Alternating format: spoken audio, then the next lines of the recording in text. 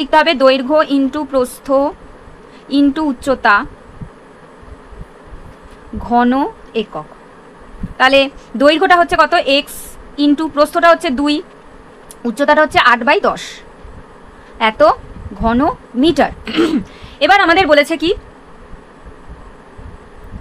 বলেছে যে মোট 240 ঘনমিটার মাটি কাটা হয়েছে। তার মানে কি, তার মানে 240টা হচ্ছে আয়তন, ঠিক আছে। তাহলে শর্তানুসারে আমরা কি লিখতে পারি, দেখো শর্তানুসারে আমরা লিখতে পারি x ইন্টু 2 ইন্টু 8/10, মানে এইটা যেটা এলো, ঠিক আছে, এইটাই তো আয়তন। তাহলে আবার এটাও তো প্রশ্নে দিয়ে দিয়েছে আয়তন, তাহলে এটা ইকুয়ালস টু এটা। তাহলে এখান থেকে আমাদের কি বের করতে হবে, x এর ভ্যালু বের করতে হবে। তাহলে x ইকুয়ালস টু সমস্ত যে সংখ্যাগুলো আছে সব আমি ডান দিকে নিয়ে চলে আসবো। কীভাবে নিয়ে চলে আসবো, 240, আচ্ছা যেগুলো ওপরে আছে সেগুলো নিচে যাবে, আর যেগুলো নিচে আছে সেটা উপরে যাবে, ঠিক আছে। তাহলে ইন্টু 10, আর নিচে যাবে 2 ইন্টু 8, ঠিক আছে। এবার আমরা এটাকে কাটাকুটি করি, 2 আর 10 কাটাকুটি যাচ্ছে 5 হচ্ছে,